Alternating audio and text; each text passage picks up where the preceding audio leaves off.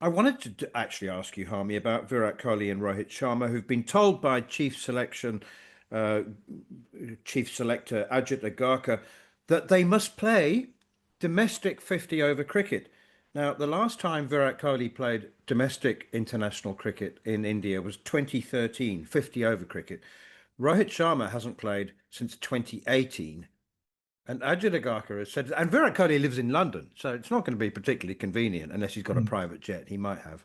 Um, anyway, he said, you want to play because they're going to be 38 and 40 respectively by the time the 2027 50 over World Cup comes around. So he said, you've got to play domestic cricket and you've got to keep scoring runs. Basically, brackets. You might be Virat Kohli and Rohit Sharma, but you can't take anything for granted. Do you see a messy end forming? Yeah, unfortunately, I think there might be a messy end for Adjit there. I don't. I think if anybody's going to win here, I think it's going to be the former captains rather than the former all-rounder. But it all depends on if Agarka's saying this just to sort of fuel the fire of Kohli and Sharma, then fair enough. You put your cards on the table and see what comes. I think Kohli's got a little bit of skin in the game. Runs in the bank, and I think his reputation. Sharma, not as much. Sharma's a little bit older.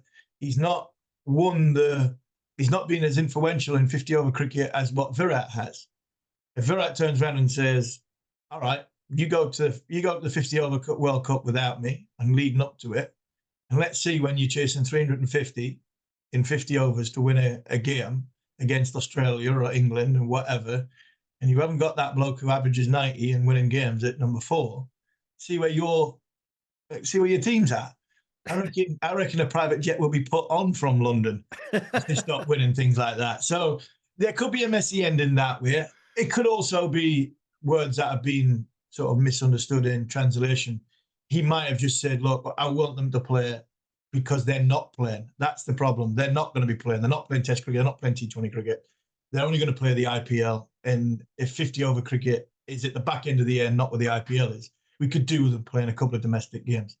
That possibly be the way it's been put across by Agarkar, and it's been blown out of proportion. But what you got to remember is these guys, they haven't played since 2013 and 2018 respectively because they've been playing non-stop India. And I mean, the amount of cricket they play, you look at Virat's career numbers compared to somewhere like Chris Woakes' career numbers, who we were debating in the first section. Their career's lifespan was probably a similar distance.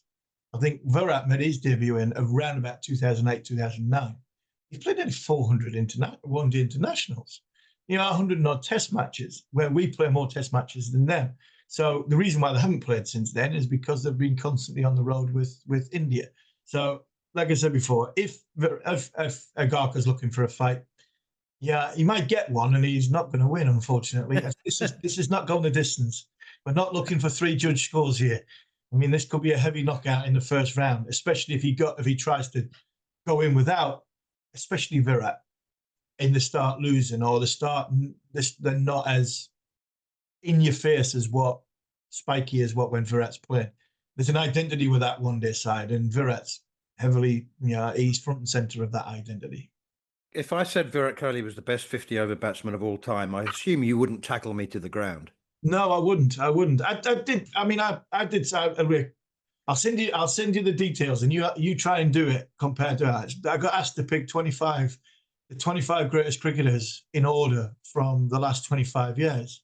Oh, And it was, I mean, Warren and McGrath weren't even on it. So I don't know how somebody's misprinted or something's come off.